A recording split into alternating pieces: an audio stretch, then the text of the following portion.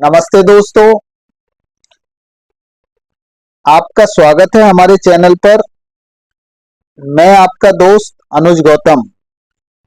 आज हम बात करेंगे भारत के संविधान के अनुसार मंत्री परिषद की क्या व्यवस्था की गई है और मंत्री परिषद क्या कैसे गठित किया जाता है और मंत्री परिषद के अंदर किस किस प्रकार के मंत्री होते हैं।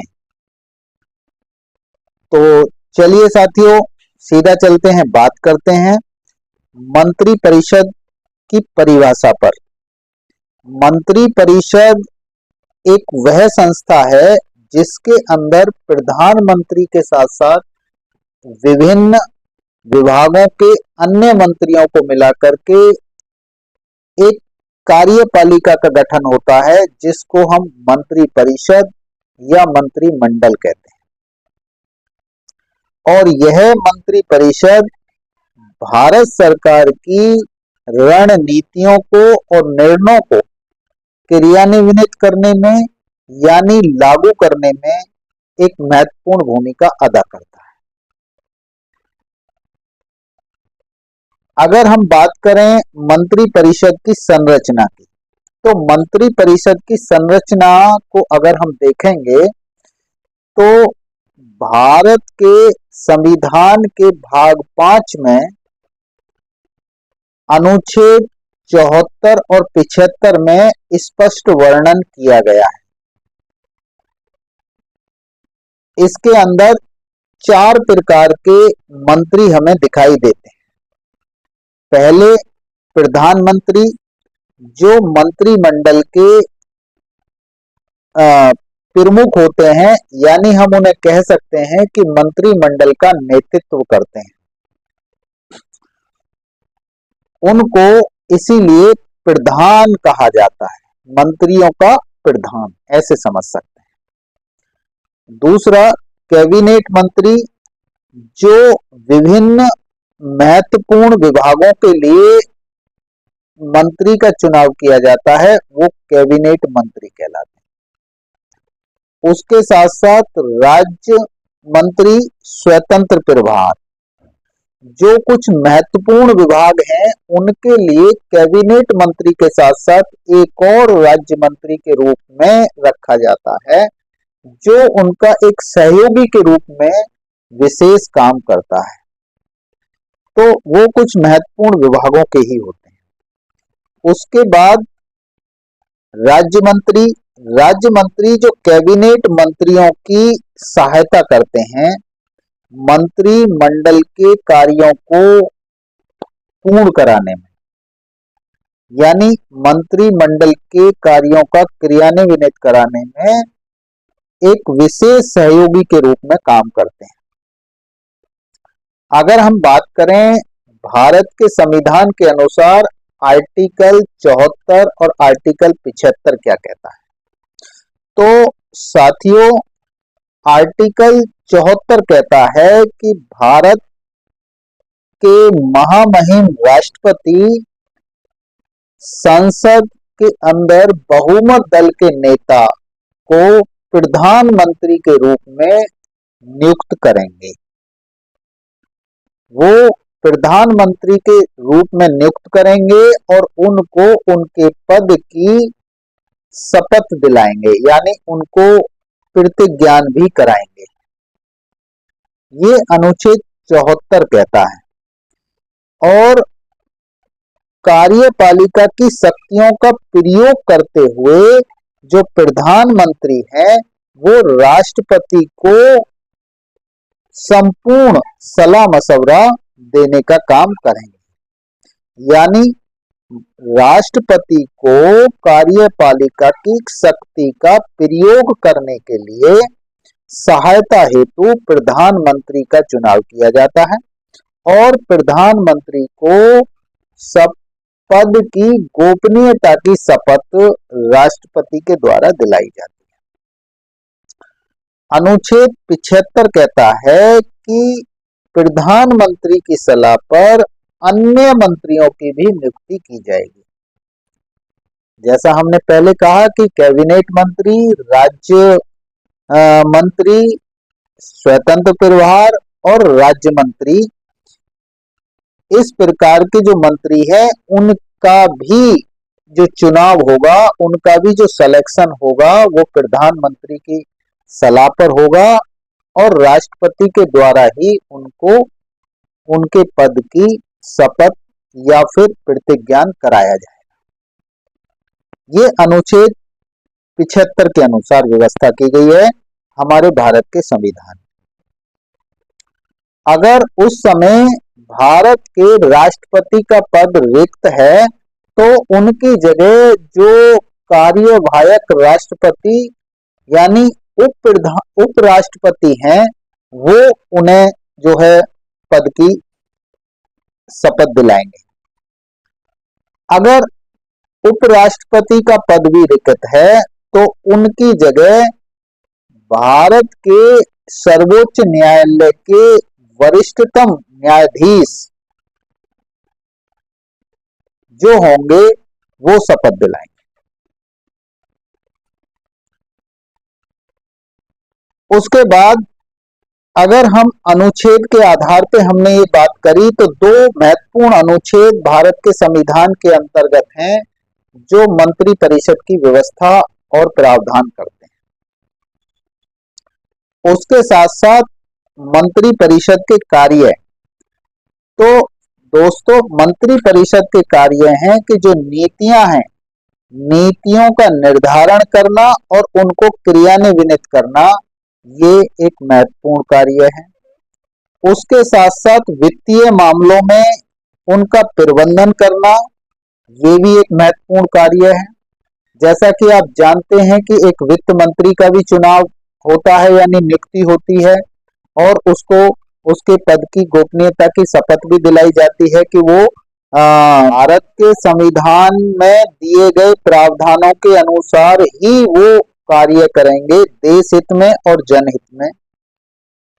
उसके साथ साथ राष्ट्र की सुरक्षा और विदेश नीति का संचालन करने के लिए भी, जैसा कि राष्ट्र की सुरक्षा पर अगर हम बात करें तो गृह मंत्री जो हैं उसके लिए एक महत्वपूर्ण मंत्री का काम करते हैं यानी विभाग को देखते हैं।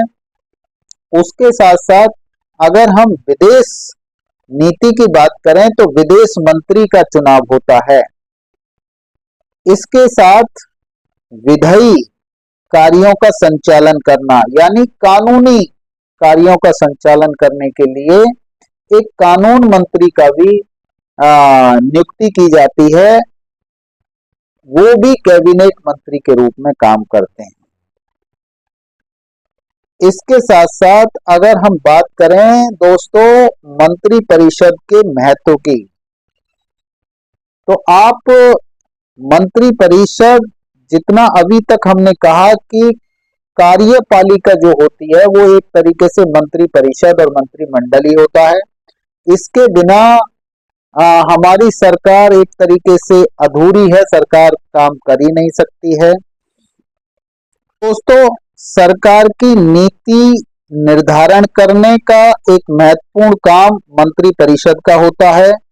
दूसरा प्रशासनिक कार्यों का संचालन करना और उनकी निगरानी करना भी एक महत्वपूर्ण काम मंत्री परिषद का होता है। तीसरा विशेष महत्वपूर्ण काम जो कई प्रतियोगी परीक्षाओं में भी पूछा गया है, जो हमारी मंत्री परिषद या मंत्रिमंडल होता है वो सामूहिक रूप से संसद के प्रति उत्तरदायी होता है। आप जानते हैं कि जब हम संसद के अंदर मेंबर ऑफ पार्लियामेंट बनाकर के प्रतिनिधि के रूप में भेजते हैं, यानी चुनाव के माध्यम से उनको वहां का सदस्य बना करके भेजा जाता है, उन्हीं में से मंत्री का चुनाव होता है। और जो मंत्री का काम है वो है देश हित में, जनता के हित में काम करना। जब वो जनता के प्रतिनिधि होते हैं तो जनता की समस्याओं के आधार पर उनके समाधान ढूंढने के लिए उनको वहां भेजा जाता है। इसलिए जो हमारे दूसरे प्रतिनिधि वहां पर बैठे हैं उनके प्रति जो संसद के अंदर दूसरे हमारे मेंबर ऑफ पार्लियामेंट्स बैठे हुए हैं, क्योंकि सबको तो मंत्री नहीं बनाया जाता। संविधान के अंतर्गत प्रावधान किया गया है कि जो हमारे संसद के अंदर सदस्यों की संख्या है उसका अधिकतम 15% लोगों को ही मंत्री बनाया जा सकता है। तो सब तो बनते नहीं है, इसलिए जिनको मंत्री बनाया जाता है वो अपने काम के प्रति, जनता के हित के प्रति, संसद के बीच में उत्तरदायित्व निभाते हैं, यानी एक रेस्पॉन्सिबिलिटी उनकी फिक्स होती है। बात करें मंत्री परिषद के सामने किस किस प्रकार की चुनौतियां आती हैं, तो सबसे पहले तो देखिए राजनीतिक चुनौतियां आती हैं। कई दलों के जो प्रतिनिधि हैं वो चुन करके जाते हैं, आपस में संसद के अंदर एक खिंचाव पैदा होता है कि कौन कितना बेहतर करेगा। पक्ष और विपक्ष होता है, पक्ष कुछ प्रस्ताव लेकर के आता है और विपक्ष उस प्रस्ताव में उसका समर्थन भी कर सकता है, और अगर वो जनहित में नहीं है तो उसका विरोध भी कर सकता है। इस प्रकार सभी दलों के बीच में संतुलन बनाए रखना मंत्री परिषद का एक महत्वपूर्ण काम हो जाता है। दूसरा है प्रशासनिक चुनौतियां, यानी जब नीतियों को क्रियान्वित किया जाता है तो कई प्रकार की समस्याएं प्रशासनिक रूप से आती हैं, उनका भी समाधान ढूंढना निकालना ये एक मंत्री परिषद का काम हो जाता है। आर्थिक चुनौतियां, क्योंकि बिना वित्त प्रबंधन के कोई भी कार्य जनहित में या देश हित में नहीं हो सकता है, तो वित्तीय प्रबंधन और आर्थिक नीतियों का निर्धारण करना ये भी एक महत्वपूर्ण चुनौती है जो हमारी मंत्री परिषद के सामने होती है। अगर हम ऐतिहासिक पहलुओं को देखें तो ऐतिहासिक पहलुओं पे अगर हम बात करें मंत्री परिषद की, तो प्रथम जो मंत्री परिषद हमारी गठित की गई थी स्वतंत्रता के बाद, तो भारत के अंदर पंडित जवाहरलाल नेहरू जी के नेतृत्व में मंत्री परिषद का गठन किया गया था। अगर बात करें कि उसके अंदर कानून मंत्री की, तो डॉक्टर भीमराव अंबेडकर जी को उस समय देश का कानून मंत्री नियुक्त किया गया था। ये हमारी जो थी प्रथम एक मंत्री परिषद बनी थी जो पंडित जवाहरलाल नेहरू जी के नेतृत्व में बनाई गई थी। उसमें और जो कैबिनेट मंत्री, राज्य मंत्री, स्वतंत्र प्रभाव सभी तरीके का गठन यानी प्रावधान किया गया था। इसके साथ साथ समय समय पर इसमें सुधार होते रहे हैं, प्रमुख सुधार और बदलाव होते रहे हैं, उनकी संख्याओं में परिवर्तन होते रहे हैं। ये जो सुधार हुए हैं वो स्वतंत्र लेकर के अब तक बहुत से सुधार हमें देखने को मिलते हैं। तो दोस्तों ये आज हमने थोड़ा सा प्रकाश डाला भारत के संविधान के अनुसार भारत के अंदर मंत्री परिषद का गठन और उसके द्वारा किए गए कार्य कैसे किए जाते हैं और कितने प्रकार के मंत्री होते हैं।